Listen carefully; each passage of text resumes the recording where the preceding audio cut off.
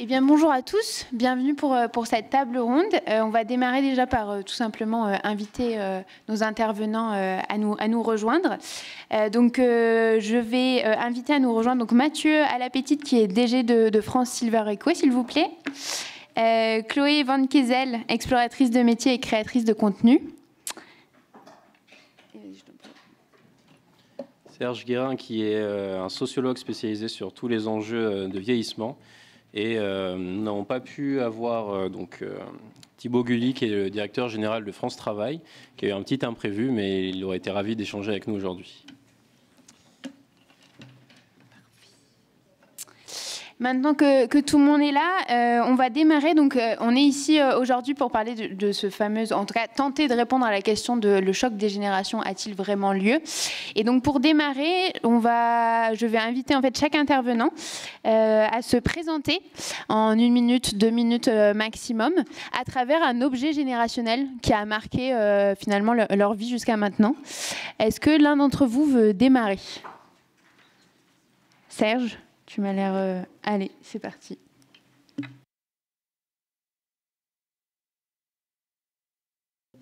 Mais d'abord l'image et après le son.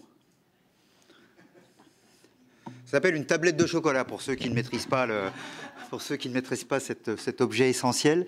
Je ne savais pas qu'il y avait ce sujet-là qui démarrait, mais comme il se trouve que j'ai toujours du chocolat sur moi, au cas où ça se passe mal pour une raison ou pour une autre, et que le chocolat est un objet transitionnel, on pourrait dire, d'échange, il y a seulement 2,2% de la population qui vraiment n'aime pas le chocolat.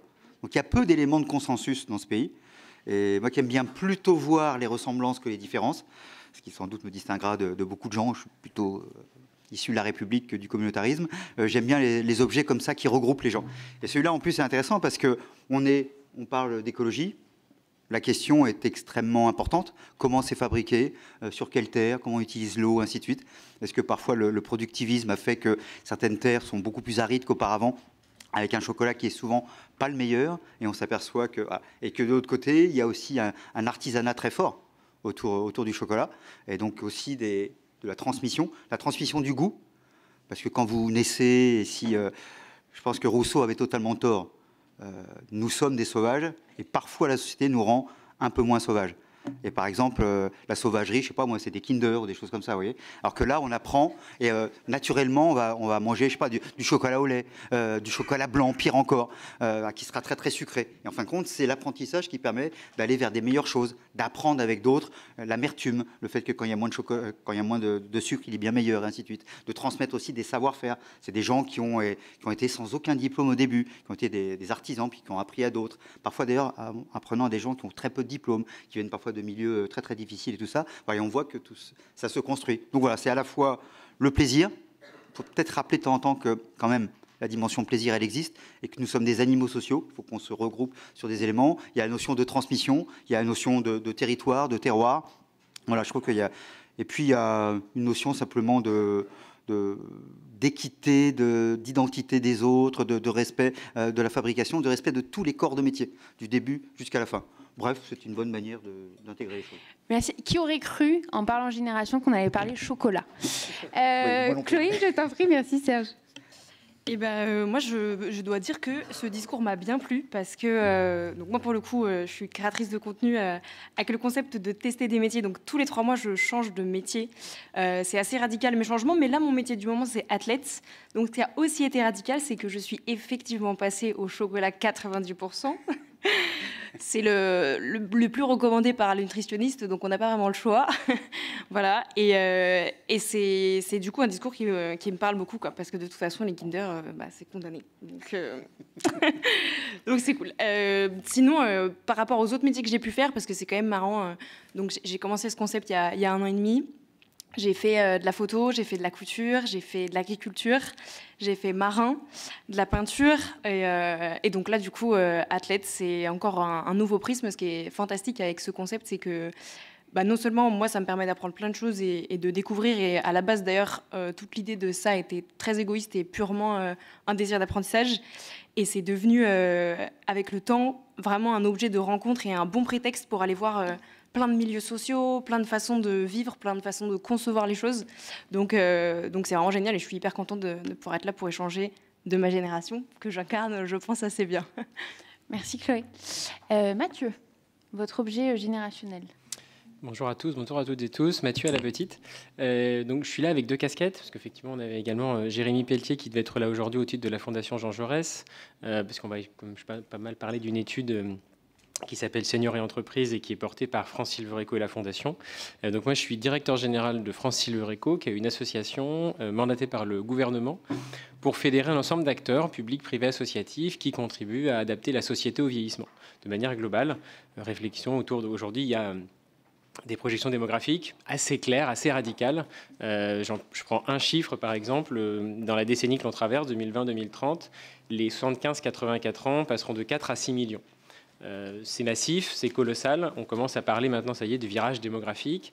Ces gens-là veulent majoritairement, il y en a peut-être dans la salle, je me méfie toujours, il faut toujours se méfier quand on commence à parler d'âge et quand on s'adresse à une salle grande ou petite. Mais il y a un besoin extrêmement massif de vieillir à domicile. Donc ça implique d'adapter les logements, bien sûr, et ça implique d'adapter la société. Les mobilités, l'espace public, l'accès aux services publics, les enjeux de santé et de prévention, bref, voilà. Donc on travaille un petit peu à cette cause-là, modestement. Et puis on a élargi un peu le champ, parce que le champ de la silver economy, il est sans limite, entre guillemets. On a commencé à travailler sur adapter la société, s'adapter également le marché du travail, parce qu'on demande aux gens de travailler de plus en plus longtemps. Donc ça implique des adaptations de parcours, des salariés qui vont être de plus en plus âgés, potentiellement fragiles, devenir aidants. Et donc, il faut un petit peu réfléchir à ces thématiques-là. Donc voilà, et j'ai une autre casquette, je suis expert associé également à la Fondation en même temps, la Fondation Jean Jaurès. Donc voilà, c'était un peu le lien était fait sur cette thématique commune de travail. Un objet générationnel qui résonne avec mon parcours et puis avec la thématique. Oui, je précise, comme l'a dit Serge, on l'a appris il y a très peu de temps, donc il a fallu. Mais Serge est intarissable sur le chocolat, donc il peut en parler pendant des heures. Non, moi, je trouvais que un objet de ma génération, c'est la télévision. Moi, je trouve que c'est un objet vraiment générationnel et qui a réussi à créer, je trouve, une universalité dans l'héritage culturel, le bagage culturel. C'est-à-dire que les enfants de ma génération, on a à peu près tous vu les mêmes séries à la télé, les mêmes dessins animés, on a des références communes. Ce qui a tendance, je ne vais pas faire mon vieux grincheux déjà, ou un autre mot derrière vieux, mais ce que je veux dire, c'est qu'aujourd'hui, il y a quand même beaucoup, notamment avec les réseaux sociaux, il y a effectivement une notion de communauté, mais en même temps d'individualisation. Il y a une logique de bulle dans les réseaux sociaux qui fait qu'on peut être connecté au même réseau, mais pour autant avoir vu des choses très différentes et avoir vu passer des vidéos très différentes en fonction de ses choix, ses loisirs, ses goûts. Ce que je veux dire, c'est que avec cette télévision, pendant des années, les gens avaient des choses à se raconter, entre guillemets, au café le lundi matin, des choses en commun. Qu'est-ce que tu as regardé ? Et je trouve que, à mon avis, à travers les travaux de France Silvereco comme de la Fondation, cette notion de lieu commun m'intéresse beaucoup. C'est qu'est-ce qui nous rassemble aujourd'hui ? À quel endroit on se retrouve ? Qu'est-ce qu'on a vu en commun ? Qu'est-ce qu'on partage, entre guillemets ? Et je fais le lien avec le vieillissement. Ça doit devenir une thématique universelle. Et pas seulement une thématique de vieux, entre guillemets. On est senior à 55 ans aux yeux de France Travail. Thibaut Guilluy l'aurait peut-être dit s'il avait pu être là aujourd'hui. On est senior à 65 ans aux yeux de l'INSEE, mais je vais vous dire qu'on vieillit dès qu'on est, entre guillemets, et que le vieillissement s'anticipe. Et donc, ce n'est pas une thématique de vieux, et tout le monde doit y prendre sa part. Dans la notion de vieillissement individuel, je dois prendre soin de mon corps, les enjeux de santé et de prévention sont très important. Et puis après, quelque part, on prend aussi, c'est une thématique pour les autres, c'est qu'on peut devenir aidant, on peut être concerné par le vieillissement relativement tôt pour des raisons très différentes. Donc voilà, juste pour faire le lien, je trouvais que cette notion d'universalité de la thématique, c'est le lien tout fait avec cette télévision, c'est de réussir à faire du vieillissement quelque part un lieu commun de réflexion pour que tout le monde se sente concerné. Merci beaucoup. Donc vous voyez à peu près notre casting entre une jeunesse qui a envie d'explorer, entre anticiper des changements sociétaux très structurels comme le vieillissement et des objets déjà intergénérationnels comme le chocolat. Je pense que ça peut mettre tout le monde d'accord. Et comme ils l'ont dit, on les a un peu embêtés avec cette question de l'objet générationnel. Mais et toi, Justine, alors si tu te prêtais au jeu? Alors moi, du coup, effectivement, comme l'a relevé nos intervenants, on a eu peut-être le temps d'y réfléchir en amont. Malgré tout, celui qui m'est venu à l'esprit assez rapidement, ça a été les Playmobil. Voilà, c'est quelque chose avec lequel j'ai grandi et qui a vraiment façonné la façon dont je vois le monde aujourd'hui aussi, parce qu'il y a l'aspect ludique, mais il y a aussi l'aspect en fait imaginer d'autres modes de vie et d'autres façons de vivre. Et donc c'est pour ça que d'une certaine manière, je vais utiliser le Playmobil pour aussi me présenter, donc certes modératrice, mais aussi facilitatrice et conférencière après un an d'exploration pour mieux comprendre comment on peut rendre possible des transformations structurelles en lien avec les enjeux sociétaux. Mais donc du coup, Cyril, toi de même. Donc Cyril Batolo, effectivement, pareil, l'image m'est venue assez vite quand on s'est fait la réflexion de ce petit jeu de l'objet générationnel. Ça va aller dans le thème de la télé, c'est Pokémon. Je trouve que ma génération était très marquée par Pokémon. Tout le monde connaît le générique par cœur. Quand on le met en soirée, hop, ça y va. Et c'est quelque chose qui fait voyager, qui fait rêver. Et, il y a eu aussi plusieurs générations dans Pokémon. Ça s'appelle vraiment comme ça, les différentes générations. Donc c'était assez intéressant de voir justement que c'est des choses qui sont devenues dans la culture populaire des références. Et que la nouvelle génération de Pokémon, déjà, je ne m'y reconnais plus dedans. Elle a continué et je me dis, c'était mieux avant, etc. Alors que j'ai 25 ans. Donc ça montre qu'en fait, à tout âge, on a ces sujets générationnels qui arrivent assez vite. Et sinon, à côté de ça, je suis jeune ingénieur. J'ai commencé à travailler dans la transition énergétique. Et le lien, pourquoi je suis ici, parce que je suis aussi assez engagé sur les sujets sociétaux. J'ai créé la COP3 étudiante, qui était une association qui permettait à des étudiants de comprendre comment ce qu'ils apprenaient à l'école pouvait servir dans les sujets de transition écologique dans le territoire. Parce que souvent, quand on est étudiant, on ne sait pas trop ce qu'est un métier, on ne sait pas trop comment fonctionne son territoire, comment on se déplace, comment on se nourrit, comment on se divertit, comment on se soigne. Donc c'est comme ça que j'ai commencé dans l'engagement citoyen. Et évidemment, la question générationnelle arrive assez rapidement aussi quand on s'intéresse à tous ces sujets. Donc j'étais très content d'animer cette table ronde. Et je te rends la parole. Et donc effectivement, maintenant du coup, il est temps d'aller dans le cœur du sujet. Je ne sais pas si du coup vous êtes au courant, mais il y a une nouvelle génération qui aujourd'hui a émergé, qui s'appelle la génération Beta en 2025, après les générations Z, Alpha.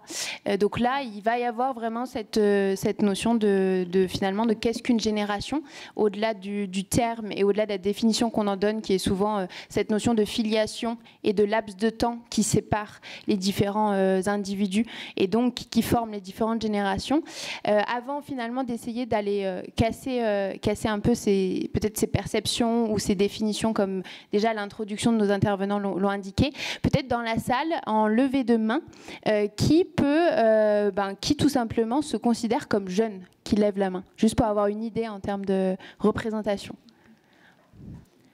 Vous pouvez lever la main plusieurs fois. Hein, c'est ça, oui, complètement. Qui, du coup, se considère comme senior?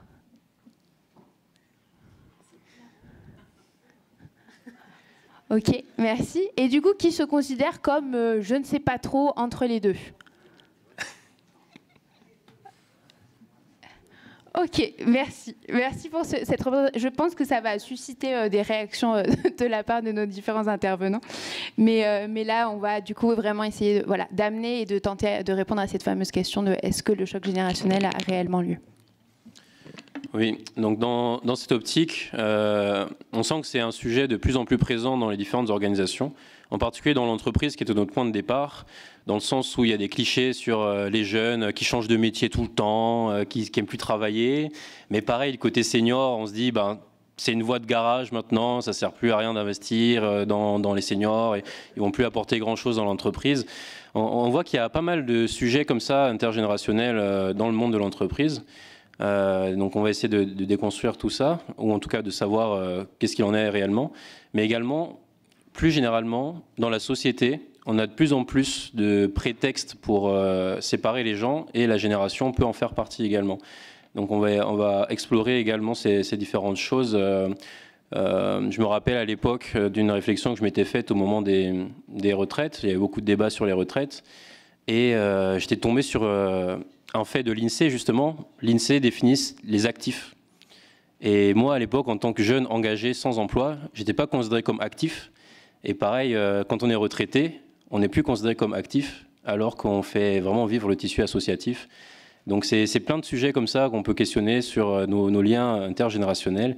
Et nos intervenants vont permettre d'explorer toutes ces questions de manière très, très détaillée. Je pense qu'on peut commencer avec justement Mathieu à la petite sur ce rapport. Qu'est-ce que ce rapport dit des seniors? Est-ce que les seniors eux-mêmes se considèrent seniors? Quelle est vraiment la situation selon tout ce que vous avez pu regarder sur les seniors et l'emploi, et on pourra ensuite dérouler. Je vais essayer de faire un petit topo rapide, hein, sans trop forcément aller dans le détail pour l'instant, mais il y a quelques grands enseignants. Alors, juste pour parler de genèse du projet, depuis 2021, la Massif et la Fondation Jean Jaurès portaient le baromètre Jeunes et Entreprises. L'idée, c'est de voir un petit peu quel regard portaient les jeunes sur l'entreprise, sur les employeurs, sur le marché de l'emploi. Ces deux acteurs ont proposé à Francine Lereco de rejoindre un petit peu ce groupe pour travailler sur l'autre partie de la carrière, entre guillemets, sur les seniors et l'entreprise. On était ravis de rejoindre ce projet, mais à une condition entre guillemets, mais on trouvait intéressant de demander aux seniors comment ils voient l'entreprise, mais demander également comment l'entreprise voit les seniors. Donc on a interrogé également un panel de dirigeants et de recruteurs d'entreprises privées. L'enseignement principal, le premier, non, c'est pas l'enseignement principal, mais c'est une lame de fond, entre guillemets, de toute l'étude. On en a parlé beaucoup quand on a préparé la table ronde.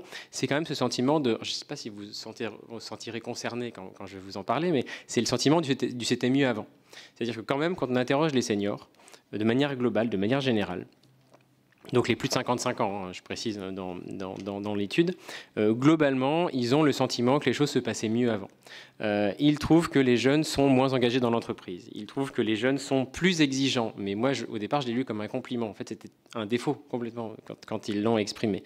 Que les jeunes sont moins fidèles à l'entreprise, de manière très majoritaire. On est toujours sur des fourchettes à 70-80% de répondants qui pensent ça. Les jeunes sont plus distants par rapport au travail. Donc, il y a ce sentiment-là. Et ces répondants, ils sont quand même assez intéressants parce qu'en plus de penser que c'était mieux avant, ils considèrent même qu'ils font mieux que ceux qui étaient là avant eux. C'est-à-dire qu'ils pensent que les seniors sont plus engagés dans l'entreprise maintenant qu'ils ne l'étaient avant, de manière relative, mais ils le pensent aussi. Donc ça, c'est un premier point. Ensuite, il y a vraiment tout ce côté... effectivement, la table ronde le porte, cette notion de choc de génération. Est-ce qu'il y a un choc de génération? Le deuxième point important, je trouve, de l'étude, c'est finalement qu'il y a encore une fois une musique un petit peu ambiante, notamment de la part des recruteurs, qu'il y a un choc des générations, il y a une incompatibilité, il y a une absence de porosité entre les générations, que les jeunes n'arrivent pas à travailler avec les plus âgés, que c'est très compliqué. Je suis désolé de vous l'apprendre, mais dans cette étude, en tout cas, moi, j'ai vu totalement l'inverse. J'ai vu des attentes totalement similaires. J'ai vu parce qu'il y a eu un tronc commun de questions posées et aux seniors et aux jeunes par rapport à l'entreprise. Ils ont globalement les mêmes attentes vis-à-vis du rôle de l'entreprise, des engagements attendus par l'entreprise, du management, de l'entreprise idéale, du lien entre collègues. Et on n'est pas dans la compétition, on est dans la bienveillance, on est dans les valeurs positives, on est dans l'entraide, on est dans l'amélioration des conditions de travail. Donc finalement, ce qui est, je trouve plutôt enthousiasmant, mais contre-intuitif par rapport au discours ambiant, c'est qu'il y a une capacité, j'en reviens à mon approche universelle, de développer, à mon avis, un discours universel qui s'adresse à tous les salariés vis-à-vis de l'entreprise. Et ce qu'on regarde également, un point important de l'étude, c'est que quand on demande aux seniors ce qu'ils pensent être la meilleure manière de donner une place aux seniors dans l'entreprise, en premier, c'est la transmission. C'est finalement ma valeur ajoutée dans ma fin de carrière, c'est la transmission. Alors je suis d'accord, et ça, moi, j'ai échangé avec le DRH notamment de Massif quand on a présenté les résultats. Il me dit mais tous les seniors ne sont pas pédagogues et n'ont pas une capacité à. Tout le monde ils ne le souhaite pas tous d'ailleurs. Donc pour ceux qui finalement le souhaitent, en tout cas, il y a une volonté en tout cas de transmettre, bien ou mal, et après il faut gérer les parcours, mais il y a une volonté de transmettre son savoir-faire, ses connaissances, ses compétences. Et le deuxième point, ce qui est intéressant, c'est que, peut-être d'ailleurs pour ceux qui ne sont pas pédagogues, ils veulent être traités comme les autres. Et vraiment, écoutez, voilà, moi je considère aujourd'hui que je suis comme les autres et traitez-moi, ne me stigmatisez pas, en tout cas. Peut-être un dernier point que je trouvais important, c'est finalement cette notion, on a parlé d'être senior, de se sentir senior. Ce que je trouve vraiment très très intéressant, c'est que quand on demande aux seniors dans le monde du travail, s'ils se sentent seniors, majoritairement oui. Ils sont considérés comme seniors, majoritairement oui. Et dès l'instant où on passe dans la vie quotidienne, dans les deux cas, l'auto-ressenti et puis le sentiment d'être perçu de telle manière, c'est minoritaire. Ils se sentent majoritairement pas seniors dans la vie quotidienne et ils ont l'impression de ne pas être vus comme des seniors également dans la vie quotidienne. Et ça, je trouve que c'est un point vraiment important. Ça interroge peut-être sur le fait, est-ce que la société n'est pas plus inclusive que l'entreprise, ou est-ce que l'entreprise n'est pas moins inclusive que la société? Moi, j'ai mes deux hypothèses. La première, elle est déjà statistique, hein, c'est qu'on est fatalement plus près, quand on est dans l'entreprise, entre 55 et 62, 3 ou 4, on est statistiquement plus près de sa fin de carrière que de sa fin de vie. Donc effectivement, on se sent quand même plus senior, concrètement. On est plus à la fin de son parcours, entre guillemets, en entreprise que dans la vie quotidienne. Mais moi, je trouve aussi qu'il y a un deuxième point qui est important, c'est que dans la vie quotidienne, dès cet âge-là, on est quand même on est un salarié, mais on est autre chose. On garde ses petits-enfants, on bricole, on fait de l'associatif. Donc on fait déjà valoir ses compétences différemment, avec une perspective plus éloignée, mais on n'est pas qu'un salarié, entre guillemets. Et donc on peut faire valoir des compétences qui sont différentes. On fait des pas de côté par rapport à finalement les missions que l'on a, les objectifs qu'on a à atteindre, les missions qu'on a à mener dans l'entreprise. Donc ça, je trouve que c'est un point important, et peut-être que l'entreprise a des choses à apprendre sur ce point-là. C'est finalement comment on met en valeur un ensemble de compétences. Peut-être en plus, je vois que globalement, on met maintenant beaucoup plus autant en avant le savoir-être que les compétences, les compétences aussi annexes, au-delà des compétences liées à son diplôme, surtout en fin de carrière. Donc je trouve que finalement, est-ce qu'il ne faut pas valoriser beaucoup plus ces compétences-là, un petit peu sur un petit pas de côté par rapport à ces compétences centrales dans l'entreprise, pour justement faire une place peut-être aux seniors un peu différente. Voilà, il y a plein d'autres choses, mais je trouvais que c'était des points importants à retenir. Merci pour cette première approche, et ça se reflète, comme ça a été dit, dans les statistiques, hein, où France Travail considère l'âge senior à partir de 55, là où l'INSEE plutôt 65, donc il y a déjà même ce décalage dans les catégories. Et donc, comme ça a été évoqué, les jeunes ne sont pas fidèles à l'entreprise, ils changent très souvent d'activité. Qu'est-ce que tu en penses, Chloé ? Je trouve ça super intéressant, notamment parce que ce que vous venez de dire, Mathieu, me parle énormément, parce que en fait, on a d'abord abordé le fait que potentiellement il y avait les mêmes attentes chez la génération senior et chez la jeune génération. C'est exactement ce que vous venez de dire, c'est-à-dire que de pouvoir faire un pas de côté, de pouvoir être valorisé pour ce qu'il y a à côté de l'entreprise, c'est exactement, je pense, le désir numéro 1 de la jeune génération, qui n'a peut-être plus tant en tête cet épanouissement par le travail et que le travail soit une seule finalité, mais que ça fasse vraiment partie d'un tout de vie, et que du coup il y ait la possibilité de valoriser autre chose et d'avoir notamment la possibilité de développer d'autres qualités, d'avoir plus de notions entrepreneuriales, potentiellement parce que dans un travail, on va dire, classique, si je puis dire comme ça, donc on va dire un travail hiérarchique, surtout dans une position jeune, donc avec beaucoup de hiérarchie au-dessus de sa tête et peu de responsabilisation sur le début, ce qui est normal puisque c'est la phase d'apprentissage. Il y a vraiment une grande frustration liée au fait que notre génération a grandi du coup complètement différemment, avec beaucoup plus d'indépendance, beaucoup plus d'accès à d'autres leviers et beaucoup plus de devoir se battre pour faire sa place et du coup de vraiment entreprendre de son côté, mais je ne parle pas d'entrepreneuriat d'entreprise, mais vraiment entreprendre ses passions, entreprendre ses projets et pouvoir s'imposer ainsi. Et du coup, on a un peu ce réflexe-là, et quand on arrive en entreprise, c'est parfois hyper compliqué de réaliser qu'on n'a plus trop l'occasion de faire ça, et qu'il y a vraiment presque ce poids de la transmission, on est là pour d'abord acquérir des compétences avant de pouvoir nous vraiment développer des choses et proposer. Et du coup, conserver une part où dans sa vie perso, on continuer à avoir cet équilibre-là, ça peut être hyper intéressant pour garder justement l'équilibre global.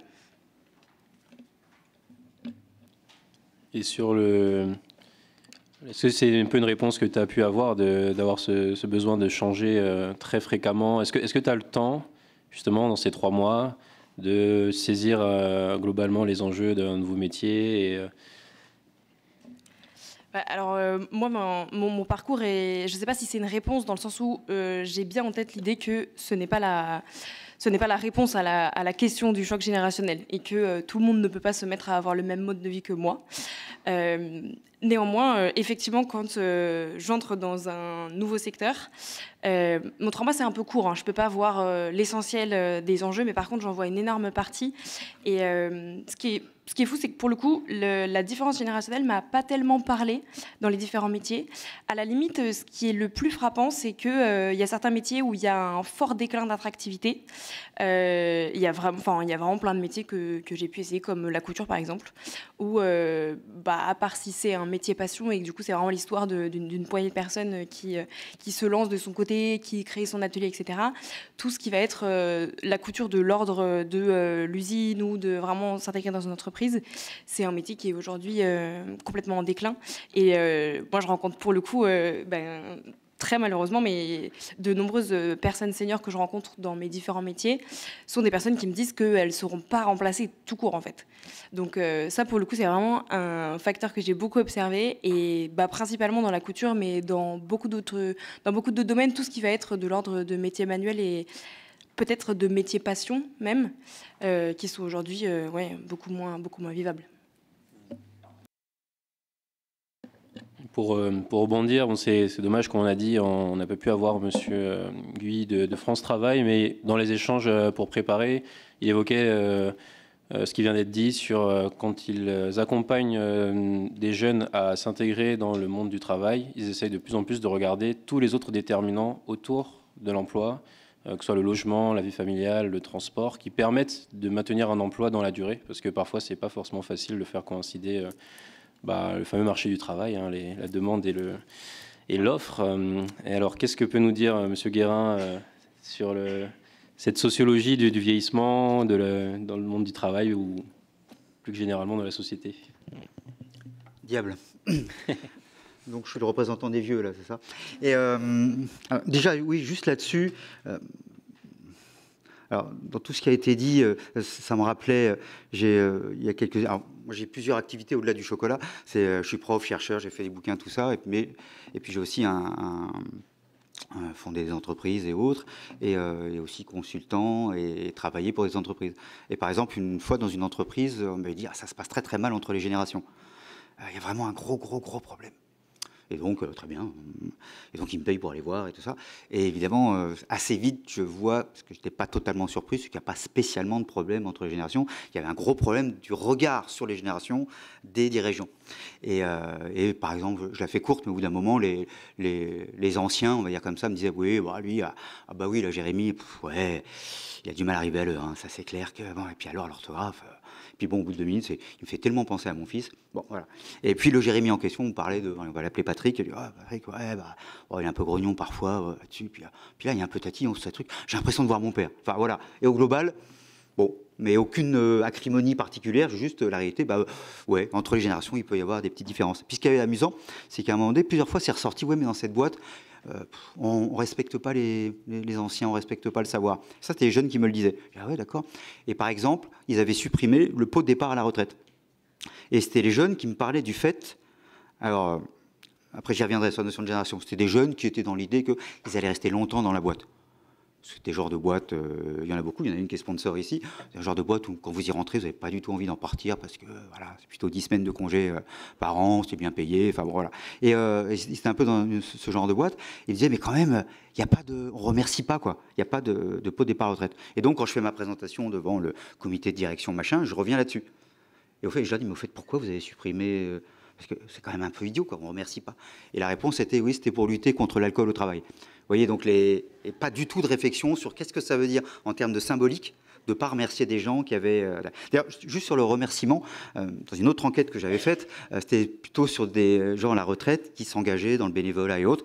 Comme ça a été dit, je rappelle que sans les retraités, hormis les associations de parents d'élèves, sinon, toutes les associations peuvent mettre la clé sous la porte. Parce qu'une grosse partie, ce qui est logique, hein, il y a du temps et tout ça, mais une grosse partie des soldats du bénévolat, ce sont des gens âgés, qui vont d'ailleurs être bénévoles autrement dans les années qui viennent, mais ça c'est encore un autre sujet.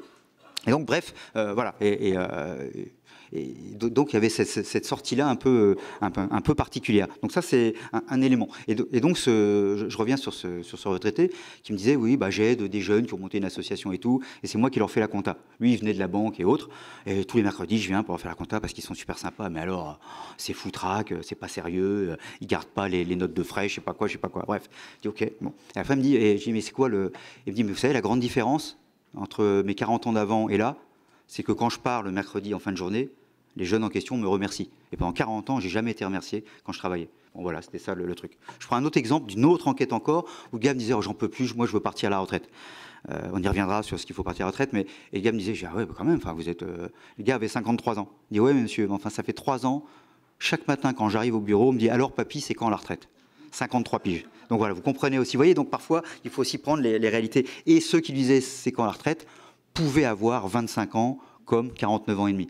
Parce que, en fait, on est senior dans l'entreprise. Alors, je demande à toutes les personnes qui ont un cœur un peu fragile et qui ont 44 ans et demi de prendre une respiration. On commence à être senior dans l'entreprise dès 45 ans. Et comment ça se voit? C'est simple, c'est qu'après 45 ans, ça chute par 4 le niveau de formation. Et la meilleure manière de rendre quelqu'un obsolète, c'est juste de ne pas le former. Et dans notre beau pays qui met des milliards et des milliards, pas toujours de la bonne manière, mais bon, on ne va pas taper sur les non-présents, par exemple sur la formation, on a tendance plutôt à former ceux qui sont déjà formés. Et après 45 ans, on ne forme plus les gens. Il reste 20 ans de travail, et même plus si le pays devient un peu sérieux. Donc ça veut dire que, mais si vous n'avez pas été formé pendant 20 ans après, mais c'est pas possible d'être au niveau, quoi. Donc on fait exprès, d'une certaine manière, on fait exprès de fragiliser les gens, et ensuite on dit, ah bah ouais, vous êtes dépassé. Et à propos de dépasser, la première étude que j'avais repérée, c'est il y a très longtemps, c'était 1977, c'était aux États-Unis, une étude par deux sociologues, qui a été publié par la Harvard Business Review. Et déjà, 1977, il demandait aux chefs d'entreprise, aux DRH, un senior, c'est quoi? Et c'était quelqu'un qui était pas motivé, pas compétitif, pas à l'aise avec les technologies. Vous ressortez aujourd'hui, vous avez à peu près la même chose. Que ce qu'il y a de plus vieux, c'est les représentations, qu'elles soient d'ailleurs sur les jeunes ou sur les plus âgés. Ça, c'était voilà, premier élément, juste pour mettre petit chose. Après, j'ai un gros doute. Alors, je suis très camusien, et Camus disait, s'il y avait le parti du doute, j'adhérerais. Et disons que j'aurais été le deuxième adhérent. Et donc, je fais du doute quelque chose qui, après tout, aide aussi peut-être à éviter un peu la connerie, parfois. Je ne suis pas sûr que ça marche à tous les coups. Mais par exemple, j'ai fait tout mon parcours intellectuel, on va dire, autour de la question des générations. Parce que j'étais, dans mon secteur, le premier à faire une thèse sur cette question. Et c'était, il y a des générations, et ainsi de suite. Et c'était Karl Mannheim, 1928, qui parle de générations sacrifiées et autres. Je rappelle que la génération sacrifiée, c'était les jeunes de 14 à 18 qui sont partis se faire trouer la peau. Donc c'est un petit peu différent de ceux qui n'ont pas pu boire de la bière pendant 2 mois. Il faut aussi toujours un peu, parce que j'avais entendu, nous sommes une génération sacrifiée. Je dis peut-être un peu de mesure dans le rapport à l'histoire. Voilà. Mais aujourd'hui, une des questions que j'ai, mais c'est une question, c'est qu'est-ce que ça veut dire les jeunes ou qu'est-ce que ça veut dire les vieux? Il y a tellement d'hétérogénéité, on est tellement plus les mêmes, et pour plein de gens c'est très bien, moi je pense que c'est un problème. Mais après ça c'est de l'opinion. Mais en tout cas, qu'il est difficile de dire les jeunes, c'est qui les jeunes? Entre du même âge exactement. Alors je m'étais intéressé à la question du rap. Je m'étais intéressé en faisant un effort parce que je n'ai aucun goût pour cette musique. Mais d'ailleurs, j'ai laissé la musique de côté, je ne dois pas avoir une bonne oreille, mais j'étais allé lire les textes. Pour beaucoup de textes, je n'ai aussi aucun goût pour certains de ces textes qui sont ignobles. Il faut être Europe Écologie Les Verts pour les inviter. Mais en revanche, et puis d'autres, en revanche, il y a une poésie extraordinaire. Il y a des choses auxquelles je ne m'attendais pas d'ailleurs, parce que je ne connaissais pas assez. Mais voilà, et après je dis, mais et s'ils aiment tous le même rap? Et par exemple, non, ce n'est pas nécessairement les mêmes. Vous voyez, il y a plus grand-chose qui fait commun. Mathieu parlait au tout début de la télé. Mais il y a quelque chose, en effet, qui est très vrai. C'est pendant très longtemps, on a été sur des masses médias, je dirais, très locaux, très de proximité. Ça s'appelait l'église ou ça s'appelait le feu de cheminée. Et tout le monde se retrouvait et ça discutait autour de ça et ça partageait quelque chose. Puis ensuite, il y a eu les masses médias tels qu'on parle, les journaux, puis la télévision et tout ça, qui faisaient qu'il y avait une forme de récit commun et d'histoire commune. Et puis aujourd'hui, pour plein de raisons, la première raison, elle est quand même très, très capitalistique, c'est que puis avec les technologies qui ont permis de toucher chaque personne. C'était le marketing one-to-one, le marketing personnalisé, qui permettait de vendre à chacun le petit truc où il faisait exactement comme l'autre, mais parce que ce n'était pas tout à fait la même couleur, il pense qu'il est différent. Mais c'est la même paire non pas de baskets, de sneakers. C'est la même chose, mais 4 fois plus cher. Et donc, voilà. Et donc, ça, et puis après, il y a d'autres choses. Il y a une idéologie, en particulier de gauche, qui a quitté la laïcité et la République pour aller vers le communautarisme. Et puis tout ça, il y a eu plein de choses comme ça qui ont fait qu'on se divise de plus en plus. Mais donc, les générations, c'est un peu pareil. Il y a de moins en moins de commun. Par exemple, on pourrait se dire, l'écologie, tout ça, c'est du commun. Voilà. Même pas. Et l'entreprise est longtemps restée quand même un des rares endroits où se crée du commun. Mais à un moment donné, Mais du coup, même, on poussait très vite les vieux dehors. Parce que je rappelle qu'en France, on a eu la grande idée d'inventer les pré-retraites et tout ça, et puis d'avoir un discours où moins on travaille longtemps, plus c'est du progrès, mieux c'est. On ne se pose pas trop la question de savoir qui va travailler à notre place. Et donc, du coup, on évinçait les plus âgés, autour de la cinquantaine, et puis les jeunes sont rentrés de plus en plus tard, parce que la formation, l'éducation, ainsi de suite, ce qui fait qu'on a réduit un peu l'éventail des générations. Mais il y avait quand même cet élément-là. Puis aujourd'hui, peut-être que ça s'accroît un peu, parce qu'il y a plus d'apprentissage, par exemple, et puis on commence à garder les gens un petit peu plus longtemps. Donc, dans l'entreprise, est un lieu, en grande partie, où se construit encore de l'intergénération, du partage. Mais là aussi, de la même manière que je dis sur les générations, je pense qu'on peut au moins poser un doute sur qu'est-ce que ça veut dire, mais l'entreprise aussi, ça dépend des entreprises. Vous visitez des startups, ça, le mot, c'est quoi le mot que vous utilisez tous? Inclusif. Le mot inclusif, ça veut dire c'est l'échec de la laïcité. Le vrai mot, c'est laïcité, si on l'avait gardé. Mais maintenant, on dit inclusif, qui est une espèce de truc marketing. Voilà. Mais par exemple, alors donc ces gens, ils en parlent tout le temps, c'est marqué dans la RSE, dans tous les trucs, on va faire de l'inclusion. Mais par exemple, la start-up, ça parle beaucoup d'inclusion. Quand je vois la gueule des jeunes de start-up, femmes, hommes, oui, à peu près. Et encore, les ingénieurs, c'est quand même plutôt des hommes. Mais alors pour le reste, c'est une seule génération. Et au-delà de 33 ans et demi, tu commences à être un vieux, quoi. Et à 35 ans, on commence à te dire, bon. Ou alors, on va en chercher des très, très vieux, parce qu'il faut aller un peu négocier avec les banques. Et là, on prend des gens plutôt, vous voyez. Donc, selon les entreprises, puis il y a d'autres entreprises, c'est plutôt des gens très, très âgés. Par exemple, les petites boîtes. Ah bah ouais, parce que jeunes n'ont pas envie d'aller dans une petite boîte. En plus, on repère très vite quand on ne travaille pas trop.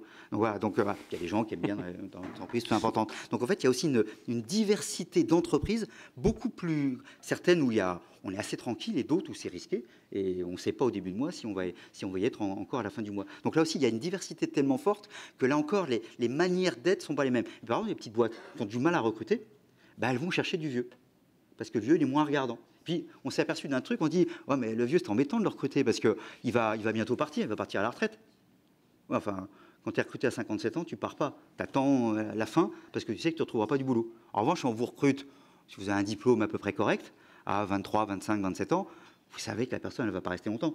Elle va essayer de trouver un autre truc, ainsi de suite. Donc finalement, la fidélité devient une valeur plutôt pour les plus vieux parce qu'ils n'auront pas le choix de partir. Vous voyez, donc il y a plein de choses comme ça qui bougent un petit peu. Donc c'est compliqué d'avoir une vision complète et univoque. Il y a plein de choses. Donc je pense que vous avez pu apprécier la complexité, la profondeur de tout ce qui peut être évoqué. Hein. Il y a la notion de voir plutôt ce qui nous unit, ce qu'on peut faire ensemble.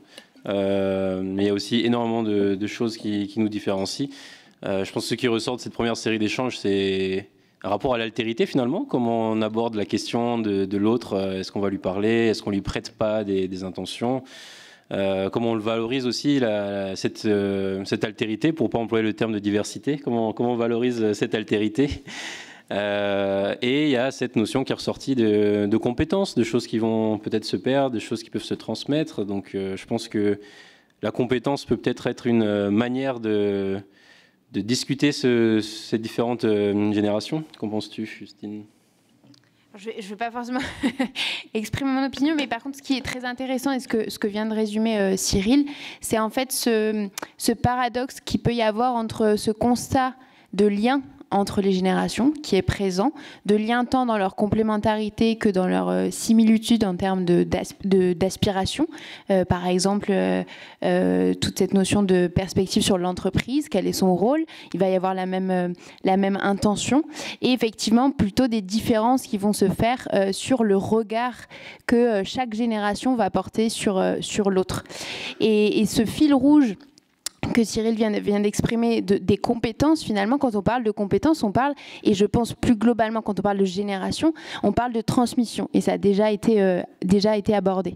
Et là, du coup, je vais effectivement, on va aller questionner ce sujet de la transmission, parce que finalement, quand on parle de choc générationnel, de façon un peu rhétorique, on va parler de lien générationnel aussi. Et donc, la transmission peut être un phénomène qui peut illustrer ça. Et Serge, dans nos préparatifs de cette table ronde, expliquait justement à quel point la transmission illustre aussi les évolutions de nos sociétés, puisqu'auparavant, et Serge, tu pourras compléter si tu as l'élan, auparavant, la transmission se faisait que dans un sens, donc des plus vieux vers les plus jeunes. Et aujourd'hui, de par les innovations technologiques, technologiques et autres, on va avoir une transmission qui va être en fait à double sens, réciproque. Et donc en fait tout ça aussi illustre les évolutions de notre société. Et donc on vient à ma question, c'est selon vous, finalement peut-être Chloé ou Mathieu, quel espace aujourd'hui intergénérationnel il existe et dans lesquels on peut déjà en fait se retrouver au-delà de finalement l'entreprise comme on en a parlé jusque-là?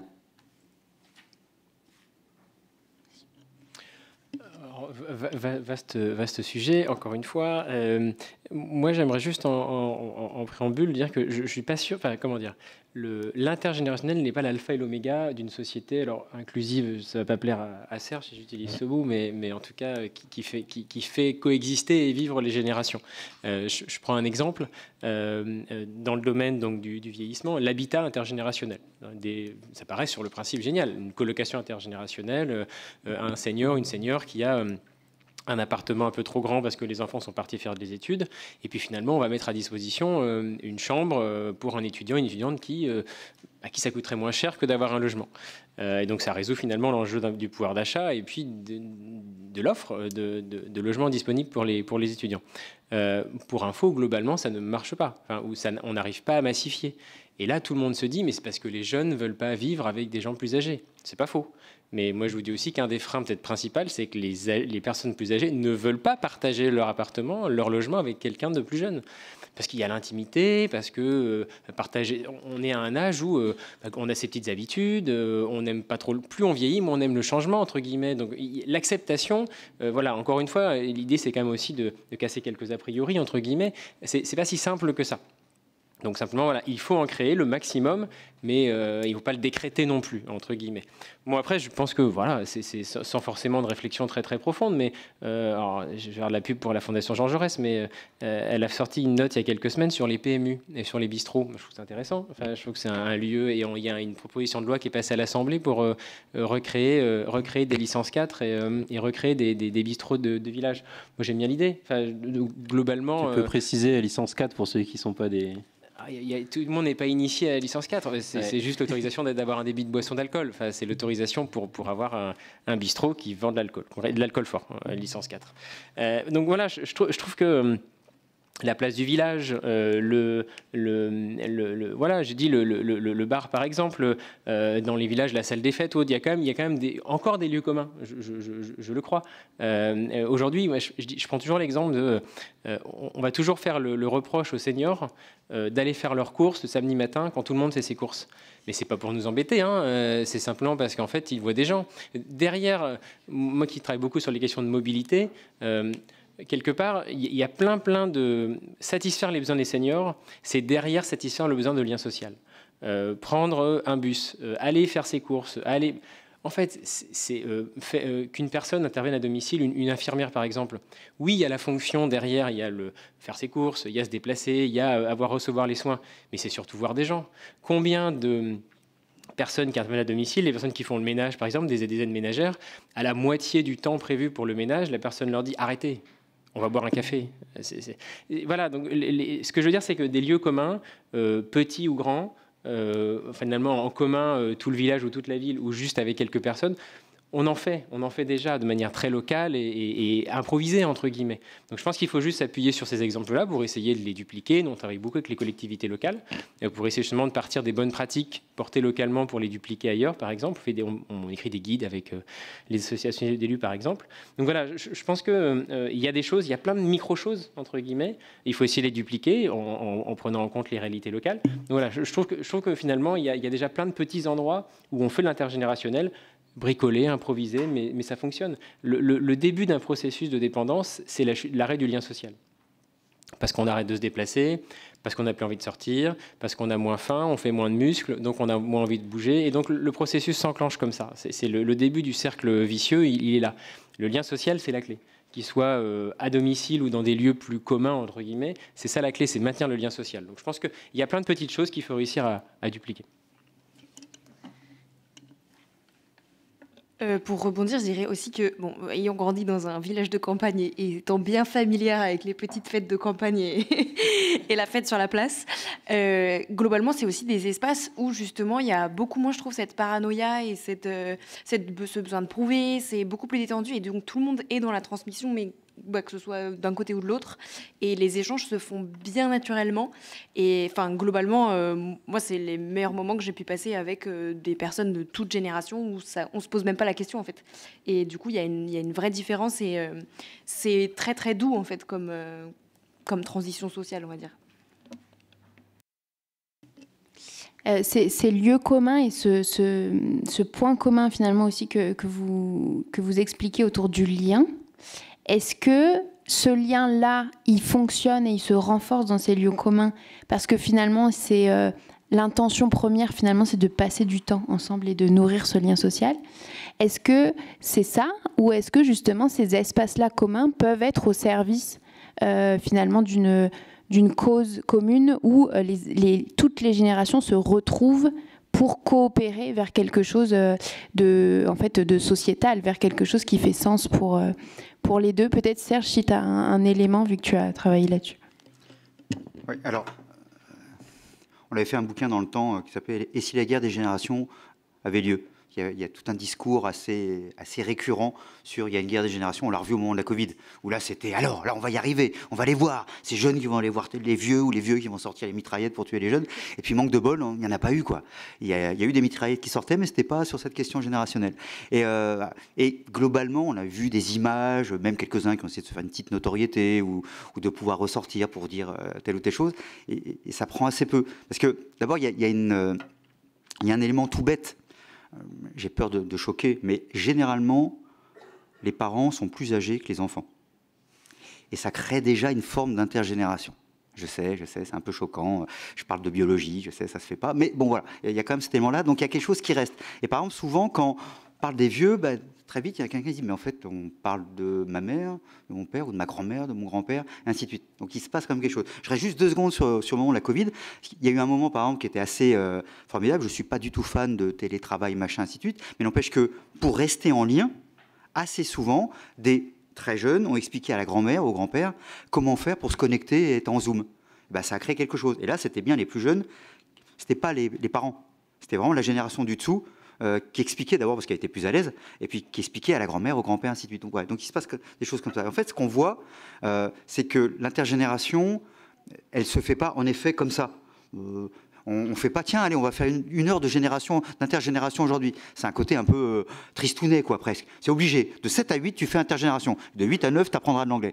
Non, ça, c'est pas... Voilà. En fait, on voit, c'est ou bien il y a un intérêt commun, je sais pas, on aime jouer aux échecs, ou on aime, j'en sais rien, et l'âge a peu de différence. D'ailleurs, un gamin peut battre quelqu'un de beaucoup plus âgé, et inversement. Enfin voilà, on partage un goût commun. Peut-être pendant 1 heure, peut-être pendant 2 heures, puis après chacun va revaquer à d'autres occupations avec d'autres générations, peut-être la sienne, et ainsi de suite. Ou bien on a en effet un projet, quelque chose qui nous porte. Ça pourrait s'appeler du militantisme, par exemple. Et par exemple, sur la question, le dernier bouquin que j'ai fait, c'est « Et si les vieux aussi sauvaient la planète ?» Point d'interrogation. Où justement, j'avais remarqué que beaucoup, dans la confrérie écolo extrême-gauche, expliquaient que globalement, OK boomer, donc tous les vieux sont des sales cons qui n'ont rien compris, c'est à cause d'eux que c'est la pollution, mais que nous, heureusement, très jeunes, nous, on est formidables et on est tous écolos. Je leur demandais parfois de comparer à 25 ans combien de fois ils avaient pris l'avion par rapport à Denise, 87 ans, combien de fois elle avait prise. Et là, l'écart était assez important, donc on pouvait se demander qui était... Voilà. Mais pour montrer que, justement, si on arrête de s'opposer et plutôt de voir qu'on est dans le même bateau et que plein de fois, des jeunes et des beaucoup plus âgés vont participer ensemble. Je dirigeais un fonds d'innovation sociale dans le monde HLM. Par exemple, on faisait beaucoup de jardins partagés. Jardin partagé, dans un secteur HLM, c'est par exemple, il y a une tour qui est cassée, il y a ce qu'on appelle une dent creuse, et on se dit, si on la laisse comme ça, il y a des chances qu'une génération récupère le territoire et on fasse une activité généralement commerciale peu légale qui ne favorise pas l'écologie. Je résume ça comme ça. Voilà. Et donc, on s'est dit, si on crée un jardin, ça peut peut-être... Et le jardin, c'est génial, parce que c'est des très jeunes qui vont découvrir des fruits, des légumes, tout ça, les classes qui y vont, des gens qui vont apprendre comment on bêche la terre et tout ça, des gens plus âgés qui vont parfois réapprendre à des plus jeunes comment ça marchait, des très âgés, y compris issus de l'immigration, qui vont parler de quels fruits il y avait chez eux, ainsi de suite. Puis comme m'avait dit un monsieur une fois, en regardant, il disait, mais moi, quand j'ouvre la fenêtre le matin, je vois quelque chose de beau. On oublie souvent que l'écologie, tout ça, c'est aussi à retrouver le beau. C'est marrant, comme ça aussi, c'est oublié par les idéologues. Voilà, et qu'il y a besoin de ça, quoi. Et puis, en même temps, c'est quand je bêche, je fais de l'activité physique, très bon aussi pour toutes les générations. Et puis en plus, les fruits et légumes qu'on produit sont faits sans intrants. Et par ailleurs, ils échappent au marché parce qu'on se les offre, on se les donne, et ainsi de suite. Ça permet à des gens qui ont peu de moyens. Voilà. Pour l'anecdote, même une fois où je présentais ce projet, une dame m'avait demandé, mais est-ce qu'on fera pousser des fraises tagada? Et donc mon équipe, et j'ai beaucoup de sens du humour, mais j'arrive parfois à rester sérieux. Et cette dame, c'était une question, vraie question, parce qu'elle ne savait pas la différence, parce qu'elle n'avait jamais vu les vraies fraises. Voilà, donc c'était aussi voir du réel. Vous voyez, et là, c'était bien toutes les générations qui se retrouvent en même temps. Donc en effet, il y a les lieux du lien. Il y a des endroits, et Mathieu a parfaitement raison. Une fois, un journaliste, je ne sais pas si ça existe encore, un quotidien qui s'appelle Libération. Je ne sais pas si vous avez connu, qui est un grand journal. Et le gars m'appelle en me disant, oui, sur les colocations intergénérationnelles. Et je lui dis, vous savez, vous faites plus d'articles que de personnes qui sont logées. Il n'a pas aimé. Voilà, mais c'est vrai, on adore ça. Mais ce n'est pas ça qui marche. Il y a des choses qui peuvent marcher, mais pas nécessairement celles-ci. En revanche, des solidarités qui se font à un moment donné, des services qui se rendent, ça fonctionne. Mais ça ne veut pas dire que c'est 24 heures sur 24. Je peux être là à un moment donné. Par exemple, on a inventé plutôt des colocations générationnelles avec des gens qui ont le même âge. Alors les colloques d'étudiants, c'est quand même connu depuis un petit moment. Mais pourquoi c'est fait? C'est fait parce qu'économiquement, c'est mieux, mais aussi parce que ça crée du lien. Et parfois, vous arrivez dans une vie universitaire, vous ne connaissez pas trop, et ça fait du bien d'être ensemble, ça rassure, ainsi de suite. Et puis alors, il se trouve que maintenant, c'était plutôt jusqu'à 25 ans, 23, 25 ans comme étudiant. Aujourd'hui, c'est plutôt 35, 40, voilà. Puis après, ils passeront seniors, justement. Et c'est un peu, voilà. Et donc, ça sera d'autres colocations, mais entre seniors. Mais les colocations entre seniors, c'est souvent aussi pour une question économique, ben oui, et aussi pour lutter contre l'absence de lien, parce qu'on est plus à l'aise. Mais après, on organise un peu les choses. Par exemple, les gens ont grand plaisir à partager la cuisine, puis le salon, mais les toilettes, on n'a pas envie. Vous voyez, donc on construit aussi des choses comme ça. Mais du coup, c'est-à-dire que l'empreinte foncière, elle est aussi moins forte. Donc le coût foncier, il est moins élevé, mais le coût écologique est aussi moins élevé. Donc on voit qu'assez souvent, ces formes d'intergénération fondées sur le lien et des intérêts partagés peuvent aussi contribuer à sauvegarder, protéger, faire du bien à la planète. On voit que là, de ce point de vue-là, il y a plein de choses qui se retrouvent et c'est un petit peu un mes enjeux. La transition démographique et la transition écologique peut aller dans le bon sens par rapport à ça. Si on prévoit des choses en commun, on y réfléchit, on les prépare et surtout, on les fait avec les personnes et pas pour les personnes. On va vous faire un truc qui va vous plaire. Non, on va avec vous essayer de faire quelque chose qui vous plaira le mieux possible, mais en prenant en compte certaines contraintes. Ah oui, on voudrait ça et ça. Oui, mais là, c'est 3 000 € de plus. Ah, voilà. Oui, donc c'est aussi trouver quelque chose qui soit jouable aussi, y compris en termes économiques et en termes de vie, mais avec les personnes et pas pour les personnes. Tu voulais rebondir ? Justement, du coup, là, par rapport à ça, Serge, tu viens d'aborder cette notion de coopération, de participation, en tout cas de construction participative.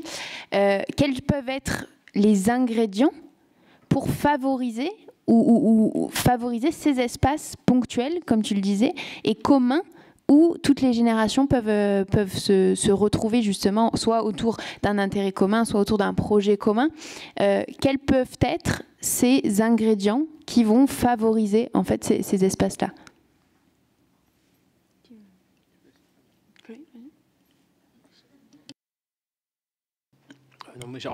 Non, peut-être que je pensais que Serge avait 2-3 exemples, mais sur la base de ce que tu avais déjà développé avant.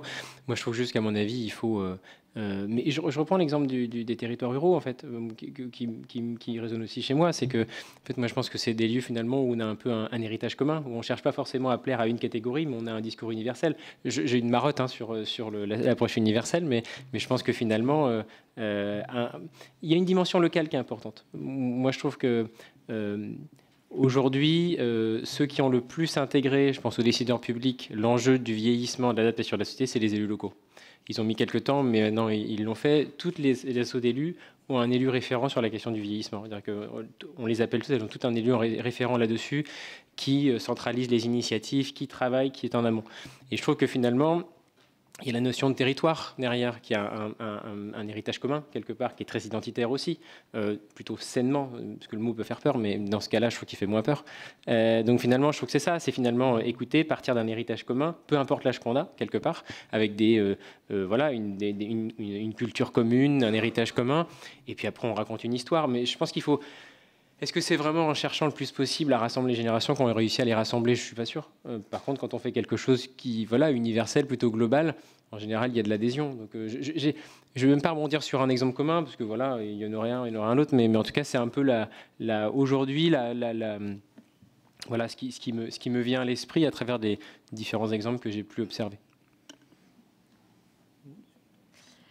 Après, ce qui peut être, c'est conceptuel, encore une fois, c'est pas un exemple, mais ça peut quand même être une réponse sur un ingrédient. Mais généralement, quand je rentre dans un nouveau métier, le moment précis où je commence à connecter avec tout le monde, c'est le moment où j'ai les mêmes problèmes que tout le monde. C'est-à-dire que le moment où je commence à galérer, le moment, dès qu'il y a une difficulté, d'un coup, quand je vais rencontrer la personne, on n'a rien en commun, mais on a ce problème en commun. Et se mettre à travailler ensemble pour le résoudre, généralement, ça marche très très bien. Ou juste se plaindre ensemble, ça marche très bien aussi.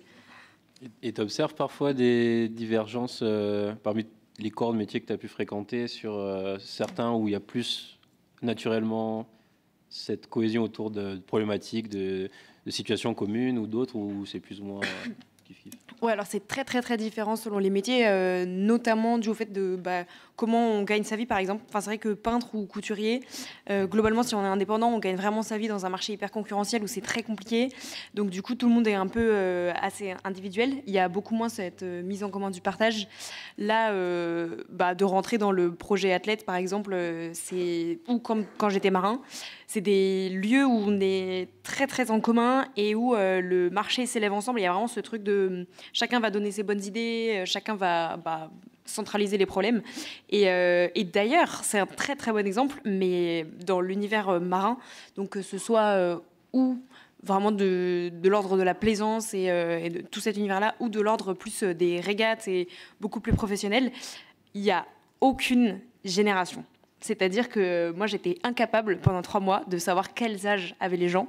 Et en fait, il y a un échange constant. Et donc là, c'est vraiment un melting pot total. Et c'est vraiment un des trucs qui m'avait particulièrement choqué. Mais c'est qu'ils ont un univers très, très différent de la majorité des gens. Donc ça leur crée, encore une fois, des problématiques similaires. Ça leur crée des passions hyper similaires, des petits plaisirs de la vie qui sont quand même distincts de la population. Et du coup, ça forge énormément de liens parce qu'ils sont un peu... ça fait un peu groupe reclus, mais du coup tous ensemble ils sont très soudés et se posent pas la question de la génération. Pour le coup, c'est t'es motivé, t'es là et on t'aime et c'est très bien quoi. Oui, c'est vraiment ça, c'est très intéressant parce que globalement, en effet, encore une fois, on ne crée pas l'intergénération par décret, comme disait Crozier, hein. On ne change pas une société par décret. On croit beaucoup en France qu'il suffit de faire une loi pour régler les problèmes. Comme on est incapable de faire respecter la loi ensuite, on génère encore plus de problèmes. Et là, c'est exactement pareil. En effet, c'est face à une difficulté, face à un problème, on ne se regarde pas ça. Attends, toi, tu passes d'abord parce que tu es plus vieux, tu es plus jeune. Non, c'est qui a la bonne idée et comment on fait. Et donc, en effet, on ne regarde pas face à des questions, soit les questions de l'écologie, que ce soit les questions d'un transport. Comment on va faire, comment on règle les questions. Et quand on est sur un sujet quel qu'il soit, en effet, c'est le sujet qui compte. L'autre élément peut-être, et c'est vrai que plus on est dans la proximité, plus on est dans le local, plus d'abord on voit les effets. Une des grandes problématiques qu'on a dans ce pays, d'abord, c'est qu'il y a plein de choses qui nous dépassent totalement. Ah oui, on veut changer le monde, ouais, c'est quand même pas simple, quoi. Donc si on commençait par changer le quartier, ou faire évoluer un petit peu, d'où d'ailleurs le fait que les élus locaux ont encore...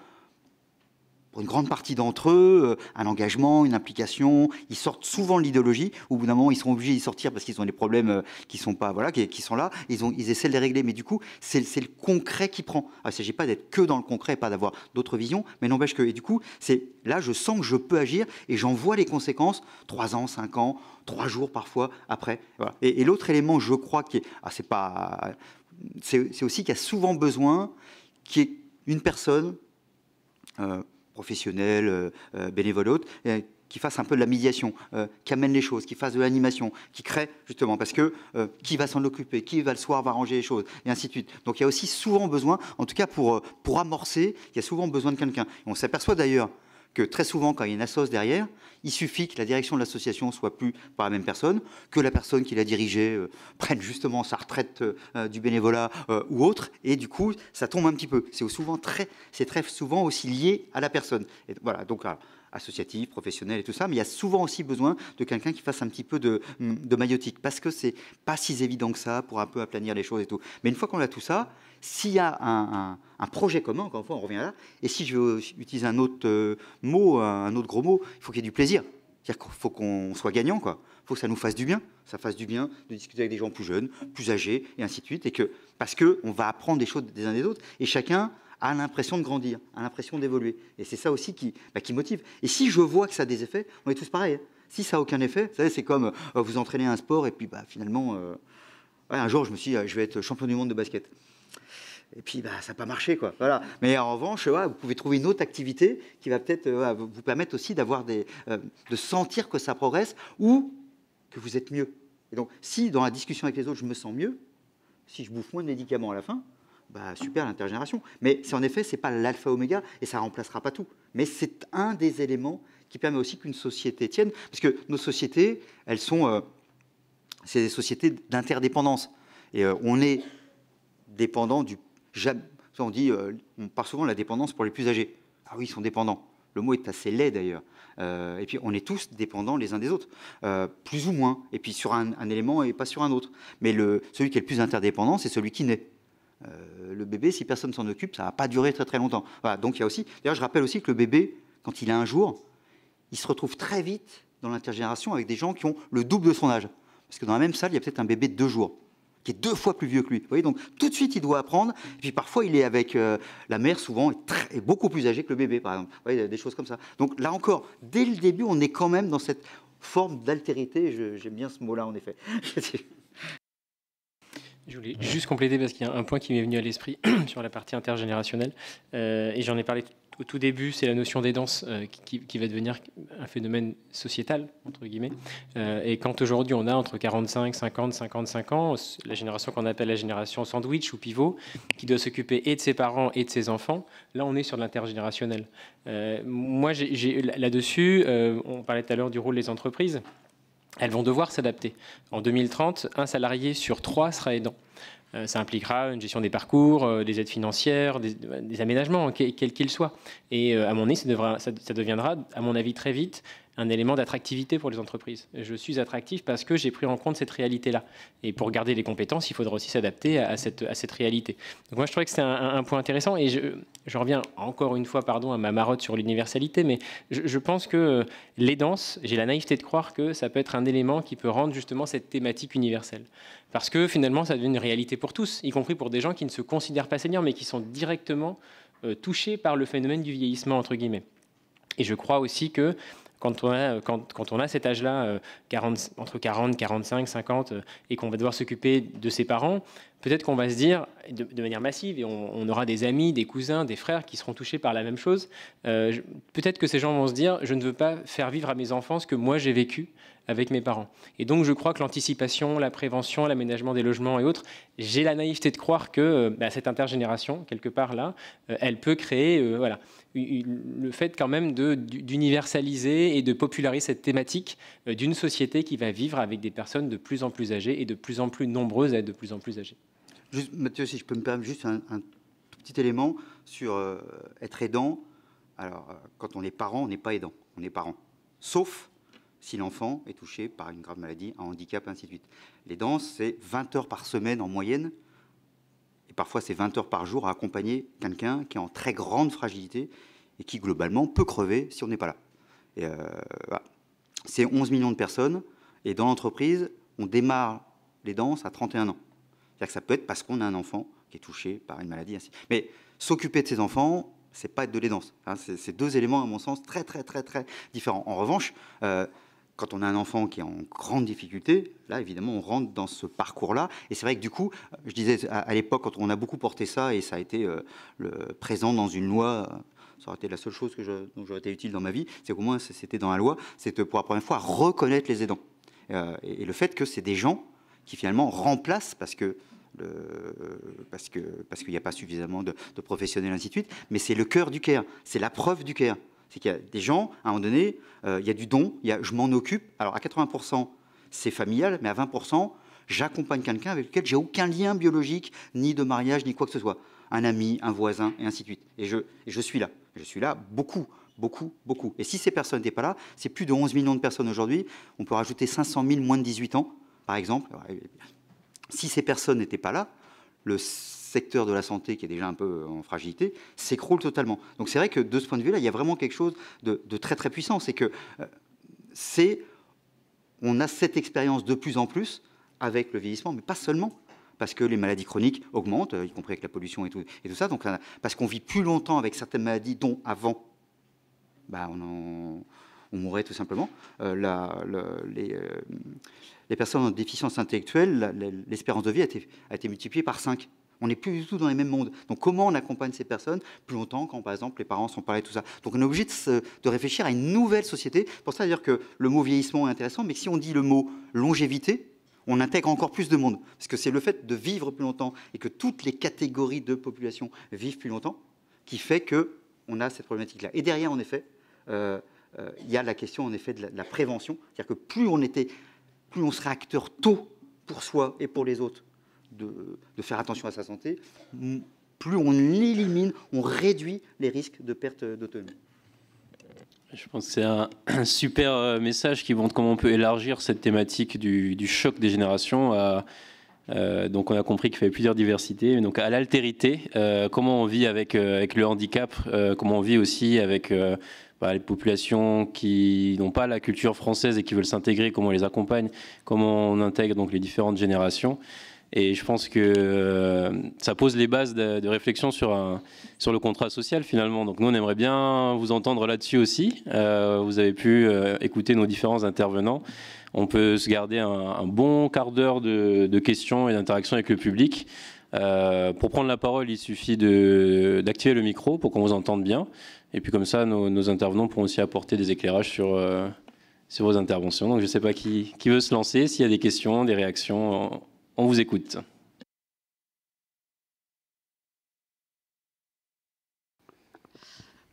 Bonjour, je m'appelle Isabelle. Il y a quelque chose qui me marque, mais peut-être que j'ai un biais en vous écoutant, c'est que j'ai l'impression que finalement le choc des générations, c'est pas tellement dans la vie commune, enfin la vie hors travail, et que c'est plutôt dans l'entreprise. En tout cas, vous avez donné beaucoup d'exemples où finalement, à petite échelle ou de façon organisée, il y a des choses où les générations se mêlent naturellement et de manière différente, mais alors que dans l'entreprise, c'est plus des perceptions. Et du coup, je me pose la question de quel est le lien comment est-ce qu'on peut créer du lien entre les générations dans l'entreprise, mais un lien qui ne soit pas que de l'intellectuel, parce que vous avez parlé de la transmission des compétences dans les deux sens, mais qui soit aussi basé sur du lien social, de l'émotion. Autrefois, dans les entreprises, finalement, les comités d'entreprise organisaient aussi la vie sociale, c'est-à-dire que les activités hors de l'entreprise se faisaient, enfin hors des journées de travail, se faisaient aussi beaucoup par l'entreprise. De nos jours, c'est vrai qu'il y a le monde des loisirs a été investi par l'économie et le business, donc on fait moins les choses avec son entreprise, voire plus du tout. Donc voilà, est-ce qu'on peut arriver à créer du lien social au sein de l'entreprise qui fasse du coup de l'intergénérationnel et qui soit vraiment social et pas seulement du savoir et travailler autour des problèmes, quoi.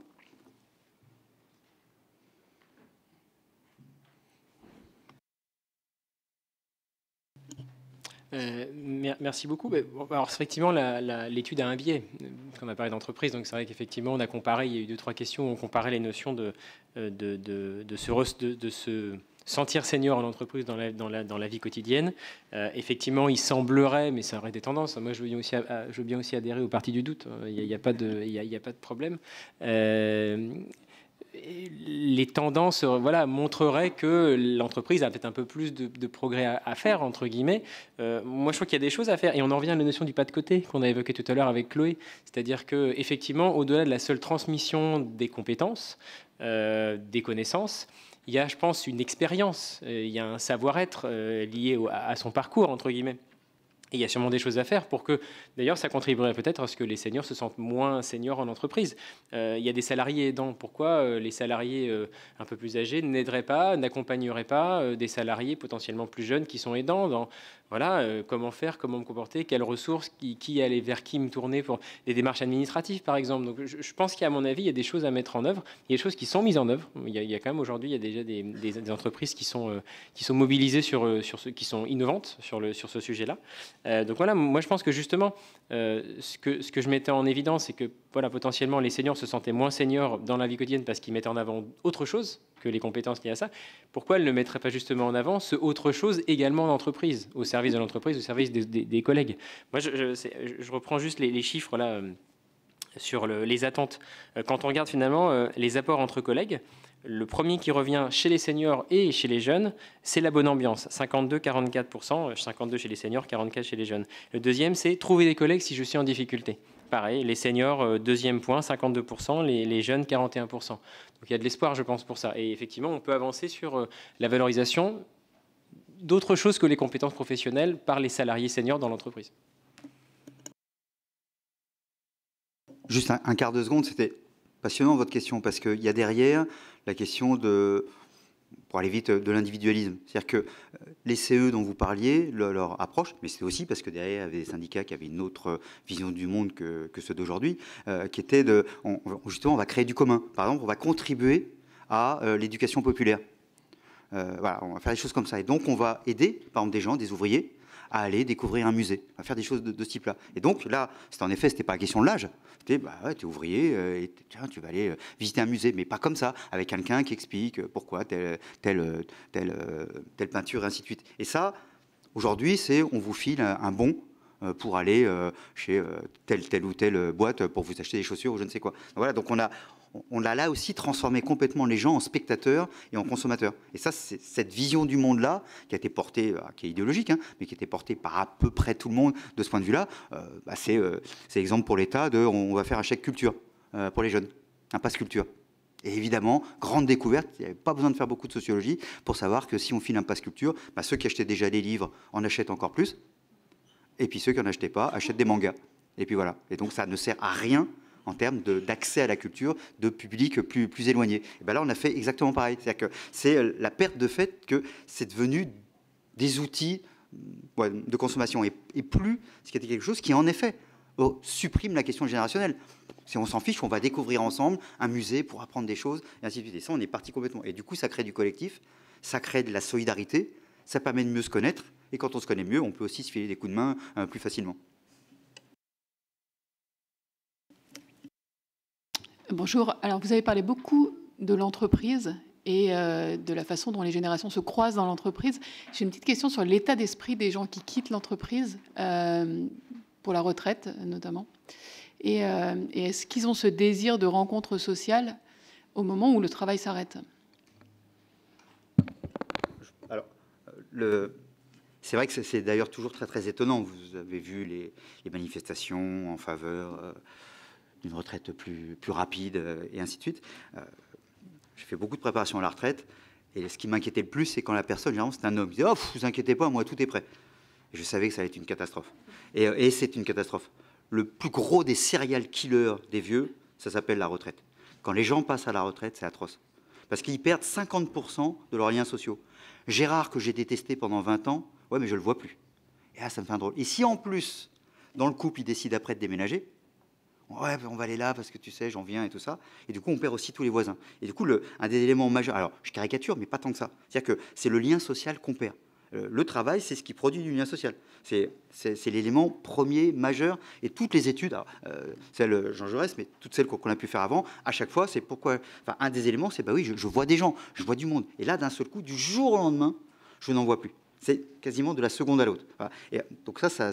Et deuxième élément, c'est, pour une partie, pas pour tout le monde, mais pour une partie, c'est aussi, en fait, mais cher à quoi?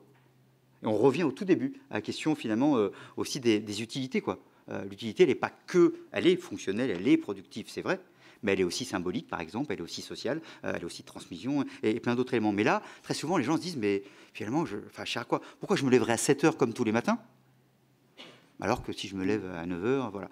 Et juste, j'avais fait une étude, alors c'était super passionnant. Je rencontrais des gens, justement, passage à la retraite. Alors les uns, c'était le déclin. Wow, d'un seul coup. Alors pour l'anecdote, je ne donnerai pas son nom, mais je présentais un truc comme ça, et à côté de moi, il y avait une dame, énarque, tout ça, machin, qui avait un gros poste. Alors elle était complètement dans l'inclusion. Oh là là, à fond. Et voilà. Mais elle allait prendre sa retraite. Et je dis, vous allez faire quoi après? Et la femme me dit, j'attends qu'on vienne me chercher. Je dis, bah toi, voilà.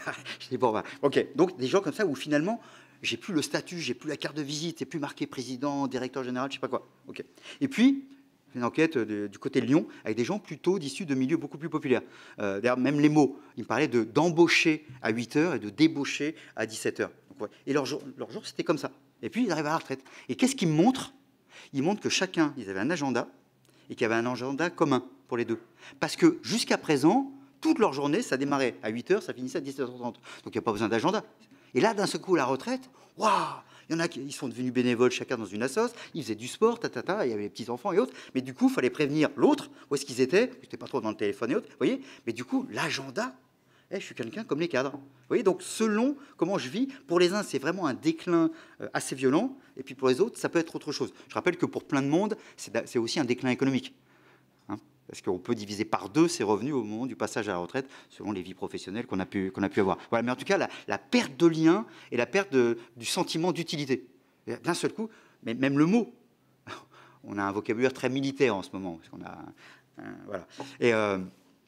Mais la retraite, quand même, le mot, il est hyper violent. Battre en retraite, c'est pas... Vous savez, on dit toujours en Espagne, on dit jubilación. C'est un côté plus sympa, quoi. La jubilation. Là, c'est battre en retraite. Donc c'est vrai qu'être en retraite, c'est quand même... Ouais, t'es en retrait. C'est bon, tu travailles pas, tu fermes ta gueule, quoi. Il y a quand même un élément un petit peu comme ça. Et ça se répond comment? C'est parce qu'on vient au début dans le tissu associatif, comme aidant, justement. Je rappelle qu'un tiers de nos élus, en particulier des élus des petites villes, sont des gens à la retraite. Vous savez, au moment de la Covid, où après on voulait les enfermer, on dit non, après, à partir de 65 ans, vous sortez pas de chez vous et tout ça. On oublie tous les élus. Ah, il y a eu, pas tous. Il y en a qui ne l'ont pas fait, comme une partie aussi des fonctionnaires et d'autres qui ne l'ont pas du tout fait, ont été sur le terrain. Et donc des gens parfois qui avaient 70 ans, 75 ans, qui tenaient le village ou la ville, quoi. Voilà. Donc il y a une puissance pour une partie de ces retraités très importante. Mais la question de l'isolement et du sens, elle est hyper forte. Et le passage de l'un à l'autre, il peut être extrêmement violent. Le nombre de gens qui tombent malades et ainsi de suite est assez frappant. Et juste pour l'anecdote, je m'étais amusé aussi à montrer qu'en 10 ans, le taux de divorce post-retraite avait augmenté de 41%. Comme avait dit une dame, j'ai épousé mon mari pour le meilleur et pour le pire, mais pas pour passer tous les déjeuners avec lui. Voilà, et au bout d'un moment, on s'emmerde. Voilà, donc il y avait aussi ça. Mais du coup, ça crée aussi des choses qu'on appelle maintenant les divorces gris. Ce qui crée aussi quelque chose, c'est qu'on a encore devant nous 20 ans, 25 ans, 30 ans de vie. Avant, je rappelle, quand on a inventé la retraite, enfin quand on l'a généralisée, à 65 ans, et l'espérance de vie était de 67 ans et demi. Il y avait 3 millions de retraités. Aujourd'hui, l'espérance de vie, elle est 83 ans en moyenne femmes-hommes. Il y a 18 millions de retraités et on est en train de se battre. On trouve compliqué de travailler jusqu'à 64 ans. Enfin, il y a des gens qui pensent que c'est pas bien, qu'il faut travailler à 50 ou je sais pas quoi. Voilà. Vous voyez, on n'était plus du tout dans les mêmes éléments. Mais quand vous avez 65 ans et que vous ne le savez pas exactement, heureusement, on ne sait pas quel jour on va mourir quand même. Voilà. Mais quand même que vous savez que ça va pas durer trop longtemps. C'est pas pareil que si vous savez qu'il y a une vie entière. Et donc du coup, qu'est-ce que je fais de cette vie-là? Je ne vais pas être juste à regarder Netflix. Ça, c'est les jeunes. Je voulais juste compléter, effectivement, je crois qu'il y a les interactions sociales, l'utilité et la notion de statut. Mais tu en as parlé rapidement, c'est, faut être clair, quand on rencontre quelqu'un, d'abord on demande comment il s'appelle, deuxièmement on demande ce qu'ils font dans la vie en général. Et à partir du moment où on n'a plus d'activité professionnelle, qu'est-ce que tu fais? Je suis retraité, alors, après il y a toujours le temps de l'humour, je fais rien, je me repose, bref, mais globalement ça reste quand même un vrai traumatisme, je pense, et c'est un effet de rupture. Hein. Le paradoxe, je ne sais pas si Thibaut Guilluy l'aurait dit comme ça, mais le paradoxe de l'entreprise, c'est de maintenir les gens dans une dynamique de travail jusqu'à, on va dire que la réforme est passée, et la réforme à laquelle tient beaucoup Serge, et qu'on travaille à 64 ans 00, il faut mettre les gens en dynamique jusqu'à 63 ans et 99, et puis du jour au lendemain, les préparer au mieux à ce qu'ils partent à la retraite. L'entreprise doit être de plus en plus un lieu de transition et un lieu où on lisse ces transitions pour qu'elles se passent le mieux possible. Et ça, c'est un vrai point. Juste pour répondre à la question par rapport à l'étude, il y a globalement 20% de personnes qui y pensent rarement. dans les répondants, 80% qui y pensent parfois ou souvent, donc ça reste quand même un vrai sujet de préoccupation. Et ensuite, moi je trouve que c'est quand même assez partagé, 56% répondent que c'est un soulagement, enfin l'envisagent comme un soulagement, le repos bien mérité, le soulagement, et 31% le voient avec inquiétude, que je trouve quand même assez important. Enfin, moi, je trouve que c'est quand même loin d'être négligeable. Voilà. Donc là-dessus, moi, je pense que c'est vraiment ce sujet-là. L'entreprise doit devenir le lieu où d'atterrissage, entre guillemets, le mieux possible. Et sur les activités, je ne vais pas tout détailler pour ne pas être trop long, mais ce qu'on envisage, moi, je trouve qu'on envisage beaucoup de choses vers les autres après la retraite, mais beaucoup de choses vers des gens choisis.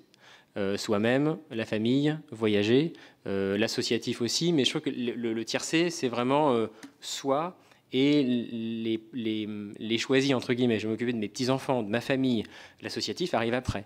Et ce qu'on voit aussi beaucoup, c'est que les retraités impliqués dans l'associatif étaient majoritairement déjà impliqués dans leur vie active. Ça, c'est un point qu'on a vu dans une autre étude précédente. Voilà, il n'y a pas comme ça un sentiment de vouloir s'impliquer. C'est quand même une nature personnelle aussi de vouloir s'impliquer dans l'associatif vers les autres. Donc ça, c'est quelque chose qu'on emmène avec soi, y compris dans la vie active. C'est un point qui est assez important.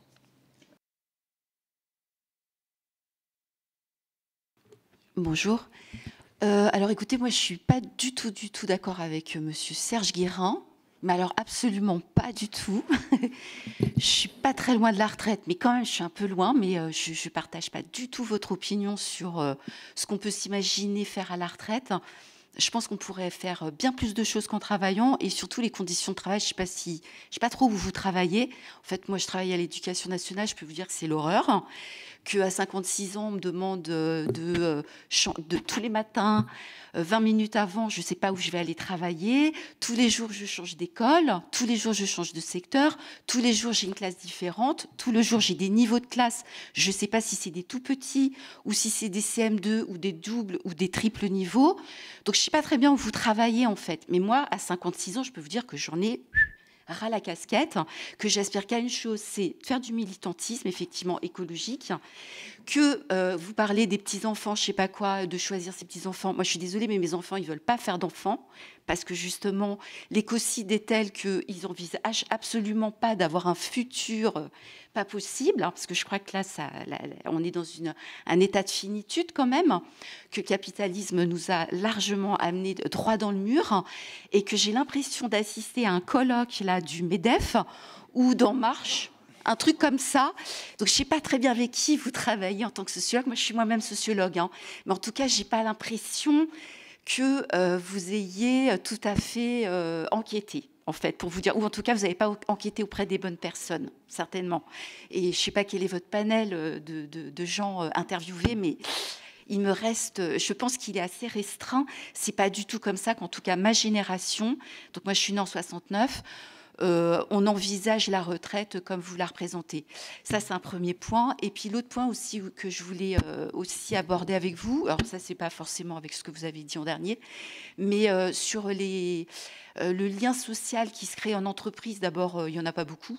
Je peux vous dire que dès que moi j'ai commencé ma carrière en 92, il y avait déjà plus de collectifs de travail. J'ai commencé à EDF, on était déjà les premiers CDD renvoyés au bout d'1 an et demi donc à la direction des études et recherches, qu'on faisait pas long feu, qu'on était toute une génération comme ça, qu'on a donc débuté une carrière déjà dans la précarité et qu'on a connu que la précarité, toute ma génération. Je parle vraiment des années 69-70, hein. Peut-être pas ceux d'avant, mais en tout cas la mienne, c'est clair. Et du coup, le collectif du travail, la vie avec les cocktails à la fin quand on partait d'un boulot, on n'en avait pas, hein. On restait 6 mois, 1 an au maximum sur une mission. Donc je vois pas très bien. Donc le lien social, il s'est pas créé là. Et pour les jeunes qui sont de toute manière exclus du monde du travail, tous les jeunes qui ne sont pas qualifiés ou qui n'ont pas les codes ou qui sont handicapés. Par exemple, aujourd'hui, moi, je suis vachement choquée. Mon fils, il est sourd. Et ben, il n'y a rien en langue des signes, quoi. En fin de compte, il n'a aucune conférence. Alors, il se destine à être avocat pour la défense de l'environnement, l'écologie, le droit animal. Moi, je m'étais dit, c'est un super lieu, l'université de la Terre, forcément, ils auront prévu. Bah, pas du tout. Donc, ça aussi, l'inclusion, bof. L'inclusion, voilà. Moi, il y a plein de choses que je ne partage pas du tout avec ce qui vient de s'être dit aujourd'hui. Et l'entreprise, en tant qu'endroit inclusif, de lien social, et qu'il ne faut surtout pas partir à la retraite parce qu'on va se casser la figure, moi je suis désolée, j'ai qu'une hâte, c'est de l'être. D'ailleurs, je vais prendre ma retraite, c'est-à-dire que je n'aurai pas de pension de retraite, mais je me tire quand même. Je vais planter des patates, je vais élever 2 poules pour avoir des œufs, je vais vivre avec mes copains qui sont déjà sur place dans le Var, et puis on va essayer de construire des associations, de militer politiquement et de se bouger les fesses, mais mieux qu'en restant dans une entreprise qui, de toute manière, au niveau capitalistique, nous amène vers la fin, quoi. Faut pas rêver, moi je pense. Hein. Mais bon, c'est voilà. ça qu'on aime, l'authenticité des échanges. Je me permets juste... Allez. Je me permets juste de faire un cadrage parce qu'on va devoir, pour des raisons logistiques, libérer la salle dans 5 minutes. Donc évidemment, tout le monde va entendre un élément de réponse et les échanges pourront évidemment continuer après cette table ronde. Donc je ne sais pas si vous avez des réactions brèves, comme ça on pourra... ou prendre une autre question et faire une réponse globale. Moi, j'ai une petite remarque. En fait, je suis dans une boîte qui a 30 ans. Et ce que je vois, c'est qu'il y a vraiment des groupes très différents et que les gens ne se mélangent pas beaucoup. Il y a les jeunes, il y a les alternants. Et d'un autre côté, il y a les vieux. Donc ça, c'était juste une petite remarque. C'est pas simple de mixer les gens. Et les CSE, en fait, ils essayent de faire plein de choses. Mais en fait, ça ne prend pas. Maintenant, c'est le côté individualiste. Et en fait, j'avais une question dans vos travaux. Est-ce que vous avez vu des générations qui s'accrochaient à leur poste, que ce soit dans le milieu du travail ou dans le milieu associatif? C'est un peu le syndrome du prince Charles. C'est-à-dire que lui, il a attendu toute sa vie pour espérer d'être roi. Et à la fin, il sera roi peut-être, je ne sais pas, à 75 ans. Il lui reste peut-être 8 ans. Et il aura perdu beaucoup de son potentiel parce qu'avant, il y avait une génération qui ne voulait pas partir. Et voilà, c'est ma question. Merci pour les questions. Donc, des réponses brèves pour qu'on puisse conclure et libérer la salle pour la prochaine intervention. À vous. Au global, la réaction Très bien, on fait... je rappelle que la démocratie, c'est le dissensus sans se taper dessus. Donc voilà, qu'on soit en désaccord, pas de problème. Juste, puisque vous m'avez attaqué sur l'aspect, ce qui est limite d'ailleurs, sur l'aspect scientifique, je rappelle qu'une expérience ne vaut pas expertise. Votre expérience, vous ne représentez en rien votre génération. Vous êtes un des éléments de votre génération, pas plus. Pas moins, mais pas plus. Donc voilà, donc c'est tout. Oui, bravo. Je vous félicite de savoir lire, c'est très bien. Je sais lire aussi. On va rester dans un cadre cordial. Voilà, on va rester dans un cadre sympathique. Mais juste, je rappelle juste ça. Votre expérience n'est pas une expertise. Elle est tout à fait respectable, mais pas plus. Ça, c'est le premier élément. Et vos attaques personnelles ne vous regardent que vous. Et venez bosser un peu, et puis on va voir. Hein, mais ça, on a. Ensuite, juste ça. Essayons d'incarner un peu les valeurs. Deuxième élément, c'est amusant parce que c'est vrai. Alors, et de ce point de vue-là, je l'ai vu d'ailleurs, y compris dans le tissu associatif. Le monsieur ou la dame qui avait des responsabilités et qui, dans l'association, est devenu président et qui a du mal à lâcher. Donc c'est vrai qu'on le retrouve beaucoup. Et ce qui est très intéressant, c'est que souvent, les plus âgés sont eux aussi qui ont fait dans les entreprises, qui ont balancé plein de gens de leur âge. En fait, ils les ont symboliquement tués pour avoir la place. Et donc, du coup, après, ils ne veulent pas la lâcher et c'est beaucoup plus longtemps après. Et donc, du coup, c'est vrai que ça a bloqué. Mais ce qui est intéressant, c'est que ça a bloqué des gens de leur âge qui n'ont pas pu. Et ça bloque juste la génération d'en dessous. On pourrait voir ça un peu en politique aussi, d'ailleurs. Et ça bloque aussi la génération d'en dessous parce qu'elle est trop proche. Et donc, je commence à valoriser des gens où il y a 20, 25 ans d'écart parce qu'ils ne sont pas un danger pour moi. Donc, c'est vrai qu'on trouve ce truc-là, en effet, qui est alors typiquement de la sociologie des organisations. C'est quand j'ai le poste, je veux le garder. Et c'est très rare, finalement, les gens qui savent, qui préparent. C'est assez rare. Les gens qui préparent en disant, voilà, alors après, qui prépare, comment, et ainsi de suite. Mais finalement, c'est peut-être qu'un des métiers, enfin, un des éléments les plus importants, alors plutôt dans les postes de direction, mais pas seulement, c'est aussi de préparer la suite. Et juste pour finir, je donne un petit exemple qui m'avait beaucoup frappé. Dans le monde de l'impression, des imprimeries, c'est un secteur très dur, on a perdu beaucoup d'emplois, ainsi de suite, parce que les machines en plus ont complètement changé. Et par exemple, il y avait une petite entreprise, et il y avait un gars qui savait utiliser les vieilles imprimeries anciennes et tout, qui font un boulot, une sortie de qualité extraordinaire. Et le patron de la boîte me dit, oui, on va l'appeler Alphonse. Il fait ça, mais alors, il a du mal avec le jeune, il a du mal. Ouais. Et puis je vais le voir, on discute, on se prend un pot et tout ça. Bon. Et le gars me dit, mais je suis pas con, je vais pas lui apprendre au jeune. Le jour où il sera, je suis licencié. Ouais, tout bête. Et là, alors qu'est-ce que je dis moi au gars après, au patron? Je lui dis, vous avez intérêt à super vous promettre que ça ne sera pas le cas. Vous voyez, mais sinon, il n'avait aucun intérêt. Et le jeune, du coup, il était un peu quand même, c'était pas grave, quoi. Enfin, et du coup, tout le monde était malheureux dans l'affaire. Et le fait d'en parler avec quand même un peu amélioré le truc. Merci Serge. Peut-être qu'on va conclure. Chloé, est-ce que tu as un dernier mot, un dernier message à partager par rapport à, on va dire, toute la rencontre? Pas particulièrement, il y a beaucoup de choses qui ont été abordées. Pour moi, si on formule les conclusions, j'ai l'impression que le monde de l'entreprise est quand même très à part, parce qu'il y a effectivement beaucoup il y a beaucoup plus d'enjeux avec des conséquences qui peuvent être plus ou moins graves. Donc il y a beaucoup plus de profondeur, et dans la vie personnelle, à contrario, il y a bien de la légèreté. Et c'est pour ça que c'était super intéressant de tourner autour de l'entreprise, mais d'aller aussi vers ce qu'on peut faire en tant que personne, parce que je trouve qu'il y a une façon d'avoir des choses qui est très différente et qui peut potentiellement avoir aussi beaucoup de solutions. Et d'ailleurs, j'imagine qu'un jeune qui a l'habitude d'interagir avec d'autres générations en entreprise sera aussi potentiellement bien plus ouvert à la question. Merci. Peut-être Mathieu, du coup, mot de la fin. Oui, merci pour ces échanges, merci pour les questions également. Puis effectivement, à dispo s'il y a des choses à se dire, des échanges au-delà, parce que le temps est terminé. Mais moi, j'ai deux choses qui me viennent en tête. Et c'est un peu la conclusion de l'étude, c'est qu'il n'y a pas de caricature à avoir sur le rôle de l'entreprise ou non. Il y a des parcours très différents, des formats d'entreprise très différents. Il y a un besoin de singularité qui est de plus en plus fort quand même. Enfin, il y a un cadre commun, mais avec une volonté d'être soi-même, d'être singulier, entre guillemets. Donc il faut trouver le compromis. Mais je pense que les attentes envers l'entreprise vont être de plus en plus élevées. Parce qu'il va falloir préparer la retraite, parce que les salariés vont être de plus en plus âgés. Il y a un sujet d'emploi des seniors qui est important. Et je ne vais pas dire que c'est... Voilà, moi je parle de lieu de réconciliation, oui un peu quand même, quand on voit que les seniors expriment des attentes en termes de bienveillance, de management et autres, et elles nous disent que c'était mieux avant. Il y a quand même quelque part, ça traduit un mal-être quelque part. Donc l'entreprise doit être là pour réconcilier et les générations entre elles, et les salariés avec elles-mêmes, l'entreprise. Je pense qu'il y a un point là-dessus. Et il y a un sujet vraiment important qui devra aussi être assumé par l'entreprise. Je ne m'engage pas dans les financements, les compétences ou autres, mais c'est l'enjeu de la santé et de la prévention pour améliorer l'espérance de vie en bonne santé. C'est quand même un enjeu qui est central. Je ne dis pas que tous les salariés trouveront dans leur entreprise quelque chose. Je dis qu'il faudra faire monter en compétences les entreprises, les élus locaux, des associations, et qui devront être des relais de messages de prévention et de promotion de la santé. Pour info, entre 55 et 75 ans, alors d'un coup tout le monde s'accroche, je me suis dit ça y est, je suis concerné ou pas encore par la question, mais entre 55 et 75 ans, c'est l'âge clé. C'est l'âge où... on détecte des préfragilités avec un effet correcteur fort, les maladies chroniques et autres. C'est un point qui est très... Donc pour justement bien vieillir le plus longtemps possible, donc l'espérance de vie en bonne santé.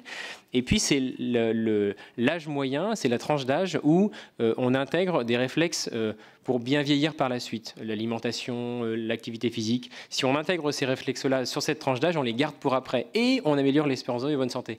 Je suis ni un pro ni un anti-réforme des retraites, c'est pas le sujet. Mais je dis qu'au bout d'un moment, quand on évoque un argument pour justifier l'allongement de l'activité, c'est qu'on vit de plus en plus longtemps, autant faire une réalité, ce n'est plus vrai.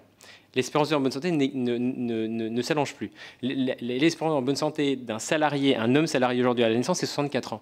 C'est compliqué de lui justifier le fait de travailler plus longtemps. Donc maintenant, faisons-en une réalité. Disons-nous que dans les 3-4 ans qui viennent, la décennie qui vient, on augmente d'1 ou de 2 ans l'espérance de vie en bonne santé. Ça, c'est une notion de progrès que je trouve intéressante. Donc voilà, juste que l'entreprise peut être un levier, un outil pour justement améliorer cette espérance de bonne santé à travers vraiment ce prisme de la prévention et de la promotion de la santé. Merci. Donc on voit que ces échanges très, très riches, très animés permettent de poser cette question du contrat social finalement et dans quel monde nous voulons vivre, quel rapport on veut avoir avec l'altérité.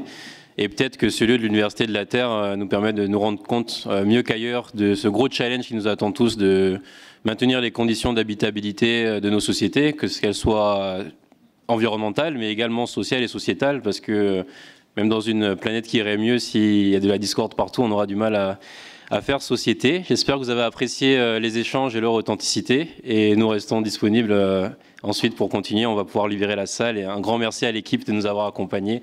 Merci à nos intervenants. Merci à Massif.